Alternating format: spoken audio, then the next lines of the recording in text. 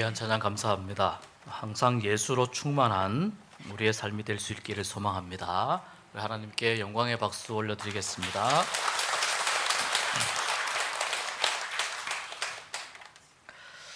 오늘 결혼식이 진행이 되고 있었습니다. 이 결혼식이 기독교 예식으로 진행이 된 것 같은데요.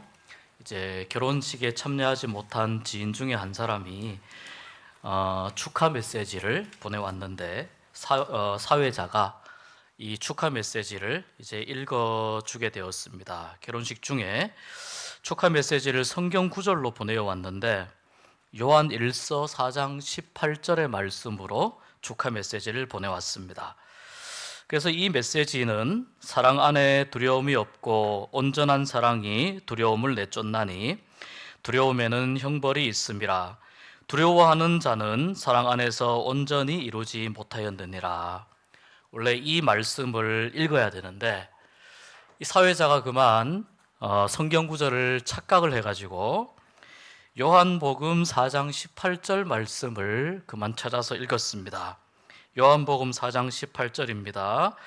너에게 남편 5이 있었고 지금 있는 자도 내 남편이 아니니 내 말이 참되도다. 엄청난 실수죠.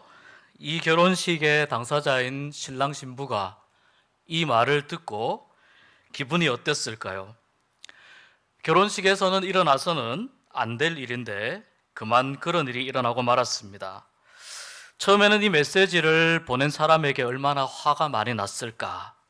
근데 시간이 지나고 나서 보니까 메시지를 보낸 사람이라기보다 그것을 착각해서 잘못 읽었다는 그 사실을 알게 되면서 또 사회자에게 얼마나 화가 많이 났을까. 그래도 원래의 메시지는 그것이 아니라고 그 사실을 알고 실수했구나라고 하는 것을 알고 마음이 조금 누그러졌을까. 고의가 아니라 실수였으니까 그나마 그 잘못을 용서할 수 있었을까. 결혼식에서는 일어나서는 안 될 그런 해프닝이죠. 16년 전쯤에 우리 한국 사회에 개봉한 영화 중에 기독교인들에게 상당히 큰 관심과 반향을 불러일으켰던 영화가 있습니다. 밀양이라는 영화입니다. 이 밀양에는 유명한 두 배우가 연기를 해서 또 아주 좋은 연기로 호평을 받았는데 이 밀양이라고 하는 영화 안에는 용서에 관한 아주 중요한 지적이 또 메시지가 들어 있습니다. 여주인공 신혜가요, 남편과 사별하고 외아들을 데리고 남편의 고향인 밀양으로 내려와서 작은 피아노 학원을 합니다. 이웃들과 친분을 쌓기 위해서 또 외지에서 타지에서 왔으니까 부자인 척, 좀 있는 척 이렇게 자기 자신을 또 좀 포장했던 것 같습니다. 그리고 모임이 끝나고 나서 저녁에 늦게 집에 와보니까 이 아들이 집에 없습니다. 처음에는 엄마와 숨바꼭질 하는 줄 알았는데 아무리 찾아도 아들이 보이지 않습니다. 그리고 마침 그때 울리는 불길한 전화벨 소리가 띠리리리 하고 울립니다. 전화를 받습니다. 아들을 납치했다고 저 수화기 너머에서 어느 남자의 목소리가 들려옵니다. 협박하는 거죠. 돈을 마련하지 않으면 아들을 가만두지 않겠다. 그래서 이 납치범의 요구대로 돈을 마련합니다. 그런데 이 아들이 결국 죽음으로 돌아옵니다. 아들을 납치한 그 범인은요, 바로 아들이 다니던 웅변 학원의 원장이었습니다. 이 원장도 돈 때문에 많이 힘들었던 것 같습니다. 그런데다가 마침 이 외지에서 온 신혜가 돈이 많을 거라고 생각한 거죠. 돈이 많은 척을 했으니까요. 그래서 이 원장이 아들을 납치해서 돈 문제를 해결하려고 했는데 그만 이 아들이 죽고 만 것입니다. 범인으로 체포가 되어서 죗값을 받고 교도소에 복역하게 되지만 이제 하나밖에 남지 않은 아들을 잃어버린 신혜의 삶은 완전히 엉망이 됩니다. 그리고 그때 그 신혜를 연모하던 짝사랑하던 카센터의 사장이 신혜 옆에서 말없이 지켜줍니다. 그러다가 시내가 조금씩 교회에 나가게 되면서 자기의 상처를 회복하게 되고, 결국 신앙으로 이 상처를 극복해야 되겠다, 신앙으로 이 상처를 이겨내야 되겠다 기도하면서 그렇게 하나님의 은혜를 누리면서 이 상처를 온전히 회복하는 일은 내가 이 범인을 용서하는 일이겠다고 생각하고 결심합니다. 그리고 마음속에 준비를 하고 나서 이 범인에게 가서, 갇혀있는 이 교도소에 면회를 하러 가서 당신을 용서합니다 라고 이 말을 해야 내가 하나님의 참된 사랑을 누리고 있구나, 그것을 깨닫게 되기에 그 말을 준비해서 짝사랑하는 카센터 사장님, 그리고 또 교회의 교우 몇 명과 같이 이 교도소로 면회를 갑니다. 시내와 범인이 마주 앉아 있습니다. 범인에게 이야기합니다. 내가 당신에게 하나님의 은혜와 사랑을 이야기해 주러 왔노라고 말을 합니다. 그때 이 범인이 이렇게 이야기합니다. 준이 어머니에게 우리 하나님 아버지의 이야기를 듣게 되니 너무 감사합니다. 교도소에 들어와서 하나님을 믿게 되었습니다. 하나님이 이 죄 많은 인간에게 찾아와 주신 것입니다. 하나님이 이 죄 많은 놈에게 찾아와 주시고 그 앞에 엎드려 회개하게 하고 제 죄를 용서해 주셨습니다. 이 말을 듣는데 시내의 얼굴 표정이 바뀝니다. 놀라서 묻습니다. 하나님이 용서해 주셨다고요? 네, 눈물로 회개하고 용서받았습니다. 그러고 나서부터 마음이 평화를 얻었습니다. 아침에 일어나자마자 기도하고 하루가 얼마나 감사한지 모릅니다. 하나님한테 회개하고 용서받으니 이래 편합니다, 내 마음이. 그리고 더 시내의 마음을 후벼 파는 말을 합니다. 요새는 기도로 눈 뜨고 기도로 눈 감습니다. 준이 어머니를 위해서도 항상 기도합니다. 죽을 때까지 할 겁니다. 그런데 이렇게 앉아서 만나고 보니 하나님께서 역시 제 기도를 들어주시는 것 같습니다. 이렇게 하고 이 면회 자리에서 나옵니다. 그리고 시내는 몇 걸음 앞서서 걸어가게 되고요. 그 주인공, 남자 주인공과 함께 왔던 교회 일행들이 이렇게 이야기를 합니다. 이 남자 주인공이 이야기합니다. 솔직히 좀 걱정했는데 잘 됐습니다. 처음에 딱 들어오는데 얼굴이 훤하니 좋아 보이더라고요. 교도소 들어앉은 죄인치고는 너무 얼굴이 좋아 빈다, 속으로 그렇게 생각했는데 알고 보니 이 친구도 하나님을 믿게 되었답니다. 그러자 그 옆에 함께 동행하던 그 교회의 일행들이 눈치 없이 아멘 이렇게 이야기합니다. 하나님 믿고 구원받으면서 그리 마음이 편해졌는기라요. 그러고 나서는 뭐 하나님 얘기만 한 거지요. 야, 그 친구 얼굴 좋대. 하나님 힘이 무섭긴 무섭대요. 이렇게 이야기하고 차에 타려고 하는데 그 시간에 주인공 시내가 차에 타기 전에 그만 정신을 잃고 쓰러집니다. 굉장히 중요한 대목입니다. 오늘날 한국 사회에서 우리 교회가 가지는 자리가 많이 심각할 정도로 위태롭습니다.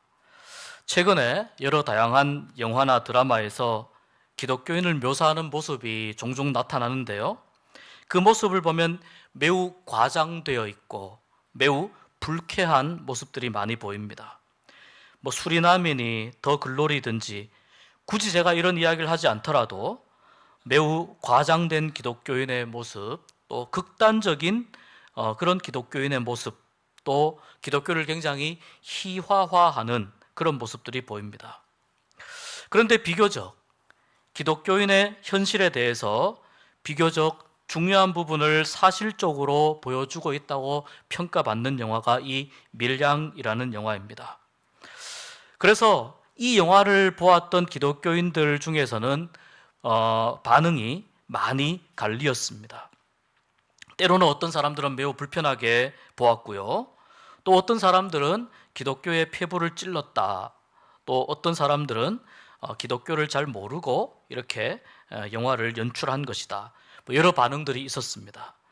그러나 벌써 이 16년이나 개봉한 지 오래된 영화이지만 이 영화는 여전히 우리 기독교와 신앙에 대해서 냉정하게 생각해 보아야 할 것들, 냉정하게 고민해 보아야 할 것들, 그런 문제들과 과제를 던져주고 있습니다. 올해 발표된 기윤실에서 한국 교회의 사회적 신뢰도 조사라는 발표가 있습니다. 한국 교회를 신뢰합니까? 라고 하는 응답에 매우 그렇습니다, 약간 그렇습니다가 21%입니다. 5명 중에 1명이 신뢰한다는 뜻입니다. 3년 전에 조사했을 때보다 무려 10.8%가 낮아졌습니다. 종교가 없는 사람들 중에서 교회에 대한 신뢰도는 더 낮습니다. 10.6%입니다. 개신교인들 중에서도요, 37%가 신뢰하지 않는다고 응답합니다. 개신교인인데 교회를 37%가 신뢰하지 않는다고 합니다. 그럼 우리나라 종교 중에 가장 신뢰하는 종교는 무엇입니까? 가톨릭이 21.4%, 개신교 16.5%, 불교 15.7%. 가장 친근감 있는 종교, 가장 가까워 보이는 종교는 어떤 종교입니까? 1등이 불교 23.2%, 가톨릭이 19.9%, 개신교 19.6%. 아마 최근 MZ 세대들이 이 불교에 대한 산사 이미지라든지 명상이라든지 템플스테이라든지 이런 것들을 통해서 아마 이 MZ 세대들의 불교에 대한 긍정적인 이미지가 좀 작용하고 있지 않나, 그렇게 이제 평가하고 있습니다. 그렇다면 가장 호감 가는 종교는 무엇입니까? 가톨릭 24.7%, 불교 23.4%, 개신교 16.2%. 가장 봉사를 많이 하고 있는 종교가 무엇이라고 생각합니까? 많은 사람들이 가톨릭이라고 대답했습니다. 그렇다면 교회가 신뢰를 회복하기 위해서 어떤 것을 해야 될까요? 라고 물어보았더니 윤리와 도덕을 실천하는 운동을 가장 많이 해야 됩니다 라고 답변했습니다. 그 이전에는요, 봉사와 구제 활동이 많이 필요합니다. 이것이 1등이었는데 아무리 봉사를 많이 해도, 구제를 많이 해도 윤리와 도덕이 뒷받침되지 않으면 의미가 없다, 이렇게 평가를 하는 것입니다. 세상은 교회가 윤리적으로, 도덕적으로 세상보다 더 나아야 한다고 그렇게 생각하기 때문입니다. 오늘 말씀에서 베드로가 이렇게 질문합니다. 주님, 형제가 내게 죄를 범하면 몇 번이나 용서하여 주리이까? 7번까지 하오리이까? 세번역 성경에 보니까 이렇게 되어 있습니다. 주님, 내 형제가 나에게 자꾸 죄를 지으면 내가 몇 번이나 용서하여 주어야 합니까? 7번까지 하여야 합니까? 내게 잘못한 형제에게 교회에 가서, 성당에 가서 고해성사하고 하나님께 용서를 받아라 라고 말해야 합니까? 이렇게 묻지 않고 내가 용서를 몇 번이나 해주어야 합니까? 라고 묻습니다. 내가 용서를 몇 번이나 해주어야 합니까? 왜냐하면 하나님께 회개하고 용서받는 것도 중요하지만 내가 잘못한 그 당사자에게 용서를 받는 사실이 더 중요하기 때문입니다. 기독교가 관계의 종교이기 때문에 그렇습니다.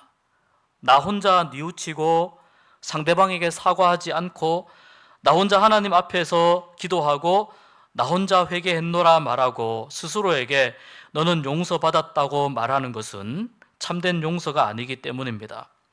그리고 나서 아무 일 없는 것처럼 행동하는 것은 회개와 용서를 잘못 이해하고 있기 때문입니다. 그래서 용서에 대한 몇 가지 원칙이 필요합니다. 영화 밀양에서 용서를 말하는 이 장면을 바라보면서 많은 사람들이 답답함을 느끼는 이유도 바로 여기에 있습니다. 용서는 첫 번째 타이밍입니다. 이 시내가요, 영화 밀양에서 범인에게 하나님의 이야기를, 하나님의 사랑을 이야기해 주고 싶어서 왔다고 말하니까 그 범인이 이어받아서 나도 하나님을 믿게 되었고 하나님께 용서받았다고 먼저 말하는 것은요, 시내가 용서를 말할 타이밍을 빼앗아 버린 것입니다. 시내가 범인에게 먼저 용서합니다 라고 이야기하고 난 후, 그리고 나서 나도 하나님을 믿게 되었습니다. 그리고 감옥 안에서 하나님께 눈물로 기도하고 뉘우치고 용서를 빌었습니다. 이제 준이 엄마가 나에게 용서한다고 말하시니까 얼마나 감사한지 모르겠습니다. 하나님께서 정말 준이 엄마를 통해서 나에게 용서한다고 말씀하시는 것 같습니다. 이렇게 이야기했다면 본인이 용서를 먼저 말하지 않고 준이 엄마를 통해서, 여주인공을 통해서 용서에 대한 말을 듣게 되었다면 얼마나 좋았을까요? 그런데 이 범인은, 이 죄수는 여주인공이 용서합니다라고 이야기할 그 타이밍을 빼앗아 버린 거예요. 용서가 타이밍이라고 하는 또 한 가지 중요한 이유는 용서를 빌어야 할 시간이 영원하지 않다는 겁니다. 내가 어떤 잘못을 했을 때, 내가 어떤 용서를 빌어야 되겠다라는 그런 일들이 있을 때, 마음에 걸리는 일들이 있을 때 그 용서를 빌 시간은 굉장히 한시적입니다. 이 한시적인 시간 안에 사과를 하고 용서를 해야 그 용서가 유효한 것이지, 만약에 그렇지 않고 한참 지나고 나서 용서에 관한 이야기를 한다면 아마 상대방은 그 일에 대해서 다르게 마음을 먹고 정리하고 있을 것입니다. 그러니까 용서는 타이밍입니다. 내가 용서받았노라고 먼저 이야기하면 안 되고 상대방이 나를 용서합니다라고 말할 수 있도록 내가 기다려 주어야 됩니다. 거기에는 제대로 된 사과가 있어야 되는 것이죠. 두 번째, 용서는요, 용서받을 대상에게 용서를 받아야 됩니다. 베드로가 질문합니다. 형제가 내게 범죄하면 몇 번이나 용서해 주어야 합니까? 누가 용서를 하는 겁니까? 내가 용서를 하는 겁니다. 손해받은, 상처받은, 힘든 일을 겪은 내가 그 사람을 용서하는 겁니다. 그러니까 용서는 내가 용서를 빌어야 할 사람에게, 내가 용서를 받아야 할 사람에게 용서를 구해야 되는 겁니다. 가끔 이런 사람들이 있습니다. 친구에게 이렇게 말합니다. 나 그 사람한테 이런저런 잘못했는데 내가 그 사람한테 참 미안하게 생각해 라고 이야기하는 경우가 있습니다. 그리고 이 말이 정말 용서를 빌어야 할 사람에게 이 말이 들어갑니다. 그렇게 되면 그 사람은 어떻게 생각할까요? 정말 미안해 하는구나, 사과하는구나 라고 생각할까요? 그렇지 않습니다. 우리가 궁극적으로 하나님께 용서를 구하는 것은 우리가 모두 다 하나님께 용서를 받아야 할 사람이기 때문입니다. 그런데 우리는요, 가끔 하나님이 보이지 않는다고 해서 하나님께는 너무 쉽게 용서해 달라고 구하는 경향이 있습니다. 대신에 눈에 보이는 그 사람, 내가 용서받아야 할 사람에게는요, 오히려 눈에 보인다는 이유로, 그 사람이 껄끄럽다는 이유로 용서를 쉽게 구하지 못합니다. 우리가 전부 다 용기가 없는 사람들이어서 그렇습니다. 자존심 때문에 그런 겁니다. 그런데 이러한 여러 가지 이유로 그 사람에게 잘못은 했지만 용서를 구하고 싶은 마음은 없기 때문에, 용서를 구할 용기가 없기 때문에 그렇게 용서를 구하지 못하고 묶인 이 매듭을 풀지 못하고 지나갑니다. 그런데 오늘 말씀에 보면은 35절에 보면 너희가 각각 마음으로부터 형제를 용서하지 아니하면 나의 하늘 아버지께서도 너희에게 이와 같이 하시리라. 하나님으로부터 용서받는 것 굉장히 중요하지만 그 이전에 무엇이 있어야 한다고요? 각각 마음으로부터 형제를 용서하는 일이 있어야 된다는 겁니다. 그래야 하나님으로부터 용서를 받는다는 겁니다. 우리가 정말 두려워해야 될 대상은 바로 모든 죄에서 우리를 용서하실 수 있는 하나님이십니다. 우리가 하나님을 두려워해야 합니다. 그러나 또 동시에 우리는 하나님의 용서를 기대하면서 하나님의 용서가 온전히 이루어지기 위해서 우리가 용서받아야 할 대상에게 용서를 받아야 합니다.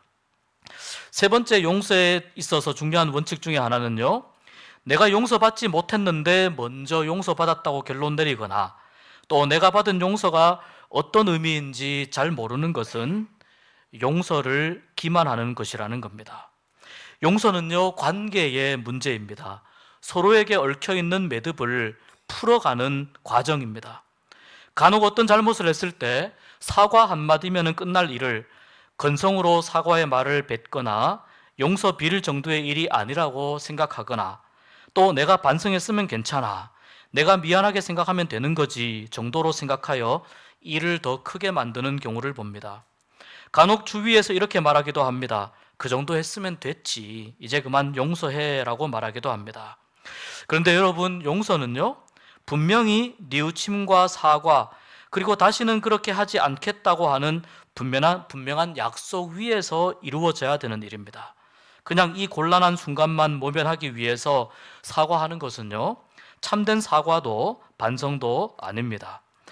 오늘 이 말씀에서 1만 달란트를 용서받은 사람이 그 용서받은 기쁨에 겨워 밖으로 나가다가 자기에게 100데나리온 빚진 사람을 만나서 그 사람을 용서하지 못하는 장면이 나옵니다. 1만 달란트와 100데나리온, 그렇게 피부에 느낌이 안 오시죠? 이것은 이 가치가요, 하늘과 땅만큼이나 어마어마한 차이가 나는 가치입니다. 1만 달란트, 어느 정도인가 한번 보겠습니다. 한 달란트가 데나리온 6,000개입니다. 6,000데나리온이 한 달란트이니까요, 1만 달란트는 6,000데나리온을 만 개를 해야 되니까 6,000만 데나리온입니다. 그런데 한 데나리온이 어느 정도냐면 보통 노동자가 하루 일해서 받는 품삯입니다. 그러면 이 1만 달란트는요, 노동자가 6천만 일 동안 일해야 벌 수 있는 돈입니다. 만약에 어떤 사람이 공휴일, 주일 빼고요, 1년에 한 300일 정도를 일한다고 계산했을 때 1만 달란트는 어느 정도 일해야 되냐면 1만 달란트를 꼬박꼬박 저축하려면 20만 년 동안 일해야 받을 수 있는 금액입니다. 어떻게 이 사람이 이 어마어마하게 많은 돈을 가지고 그렇게 이 돈을 어떻게 빌렸을까요? 이 돈을 어떻게 사용을 했을까요? 정말 의아한 부분입니다. 이 1만 달란트를 오늘날 금액으로 한번 계산해 보면은 하루 품삯을 좀 작게 잡아서요, 한 10만 원 정도로 계산해 보겠습니다. 그러면은요, 6천만 일 동안 10만 원을 꼬박꼬박 모아야 되니까요, 그 금액이 6조에 해당됩니다. 사람이 혼자서 모으기에 불가능한 돈입니다. 내가 감당할 수 없는 빚이라는 의미이고 내 힘으로 해결할 수 없는 금액입니다. 그런데 이것을 내가 용서받았습니다. 탕감받았습니다. 내가 너무 불쌍해 보여서 탕감받았는데 이것이 너무나 상상을 초월하는 금액이니까 이 용서가 얼마나 큰 용서인지 피부에 와닿지가 않는 겁니다. 그런데 그래도 어쨌거나 이 문제를 해결했으니까 기분 좋게 나가서 길가에 가다가 자기에게 100데나리온 빚진 사람을 만납니다. 100데나리온은요, 석 달 정도 일하면 모을 수 있는 금액이에요. 그런데 이 정도 금액을 빚진 사람을 용서하지 못하고 감옥에 가두는 것은 지금 내가 받은 이 용서가 어느 정도의 의미인지 그것을 모르기 때문입니다. 하나님께서 우리에게 하신 용서가 어떤 용서이냐? 바로 이 1만 달란트 빚진 사람이 받은 용서입니다. 상상을 초월하는, 나의 개인의 힘으로는 감당할 수 없는, 해결할 수 없는 그러한 엄청난 금액의, 엄청난 무게의 잘못을 용서받았다, 이런 의미입니다. 그러니까 1만 달란트 빚진 사람이 제가 열심히 일해서 갚겠습니다 라고 말하는 이 말은 사실은 자기가 책임질 수 없는 이야기를 하는 것입니다. 용서가 무엇일까요? 내가 받은 용서가 무엇일까요? 내가 하나님으로부터 받은 용서가 어떤 용서일까요? 또 나는 과연 제대로 용서를 빌고 용서를 받았을까요? 내가 받은 용서의 의미가 어떤 의미인지 우리는 살아가면서 그 의미를 알고 그 의미를 정말 처절하게 우리가 깨달으면서 살고 있을까요? 내가 받은 용서를 금액으로 감당할 수 없기 때문에 우리는 기독교에서 이 용서를 이런 말로 부릅니다. 은혜라고 부릅니다. 은혜는 돈으로 살 수 있는 게 아닙니다. 내가 아무리 나에게 있는 것을 팔아도, 내가 열심히 일해도 하나님으로부터 오는 은혜는요, 돈 주고 살 수 있는 게 아니에요. 그런데 하나님은 그것을 어떻게 주셨다고요? 우리에게 돈 받고 주신 것이 아니고 값 없이 우리에게 주셨어요. 값 없이 주셨다는 말은요, 값이 저렴하다는 뜻이 아니라 값을 매길 수 없다는 의미입니다. 1만 달란트, 아니 그 이상의 의미가 있는 용서라는 뜻입니다. 그래서 하나님의 용서를 이야기할 때, 하나님의 구원을 이야기할 때 우리가 은혜라고 말을 하는 겁니다. 우리가 성경 안에서 이 사실을 깨달을 때 우리는 누구는 용서하고 누구는 용서 못할 사람으로 정죄하거나, 혹은 이 잘못은 용서를 빌어도 되고 저 잘못은 그냥 넘어가도 된다는 식으로 섣불리 판단하는 잘못을 저지르지 않게 됩니다. 여러분, 우리 모두는요, 이미 하나님께서, 예수 그리스도께서 십자가에서 우리의 죄를 대속하셔서 우리 모두는 이미 하나님으로부터 용서받고 구원받은, 은혜받은 사람인 줄로 믿습니다. 1만 달란트라고 하는 이 상상할 수 없는 부채로부터 우리는 자유롭게 되었고, 그래서 우리는 하나님의 백성, 하나님을 아버지라고 부르는 하나님의 자녀가 되었습니다. 그 하나님께서 우리에게 신앙이, 기독교가, 교회가 관계의 문제이기 때문에 하나님께서 우리에게 반드시 하라고 요구하시는 것이 뭐냐면 용서입니다. 우리가 주기도문을 할 때 늘 외우는 구절이 있습니다. 우리가 우리에게 죄 지은 자를 사하여 준 것 같이 우리 죄를 사하여 주시옵고. 우리의 죄를 사하는 것이 먼저예요. 죄 지은 자를 사하는 것이 먼저예요. 그리고 우리 죄를 사하여 주시옵고. 마태복음 6장 12절입니다. 그리고 이 주기도문이 끝나고 나서, 예수님이 이 기도를 끝내고 나서 그 다음 구절에 마태복음 6장 14절 15절에 이렇게 말씀합니다. 너희가 사람의 잘못을 용서하면 하늘 아버지께서도 너희 잘못을 용서하시려니와 너희가 사람의 잘못을 용서하지 아니하면 너희 아버지께서도 너희 잘못을 용서하지 아니하시리라. 예수님이 주기도문을 가르쳐 주시면서 그 안에 용서에 관한 말씀을 언급하시고, 그리고 주기도문이 끝난 뒤에 다시 한번 2절에 거쳐서 용서에 관한 말씀을 다시 한번 언급하신 이 뜻은 무엇입니까? 하나님께 기도하는 것, 하나님을 사랑하고 하나님을 찬양하고 하나님을 섬기는 사람에게 있어서 반드시 이루어가야 할 일이 무엇이냐? 용서하고 용서받는 삶이라는 것입니다. 그래서 하나님은 용서하는 일, 용서받는 일 모두를 거룩한 일로 여기십니다. 용서하고 용서받는 일이 누구의 일이냐면 하나님의 일이기 때문입니다. 용서하고 용서받는 일이 없으면요, 공동체가 거룩해질 수 없습니다. 서로 간의 관계가 거룩해질 수 없습니다. 발전적인 관계로 나아갈 수 없습니다. 용서 없는 교회라고 말할 수 없습니다. 참된 용서로 내가 받은 용서가 얼마나 놀랍고 얼마나 큰 것인지를 고백하기에, 깨닫기에, 그것이 놀라운 하나님의 은혜이기에 우리도 용서받은 사람으로, 용서함으로 말미암아 우리 교회가 하나님 보시기에 거룩한 교회, 하나님의 기쁨이 되는 교회가 될 수 있기를 주의 이름으로 축복합니다. 또한 이 용서를 우리가 서로 간의 관계 가운데에서도 실천함으로 말미암아 용서받는 일, 용서하는 일 둘 다 힘들고 어렵지만 그렇게 하고 나면 그렇게 마음이 개운하고 시원할 수가 없어요. 용서하고 용서받는 이 일이 우리 삶 가운데 일어남으로 말미암아 우리의 삶도 거룩한 삶이 되는 은혜 입기를 주의 이름으로 축복합니다. 기도하겠습니다. 하나님 아버지,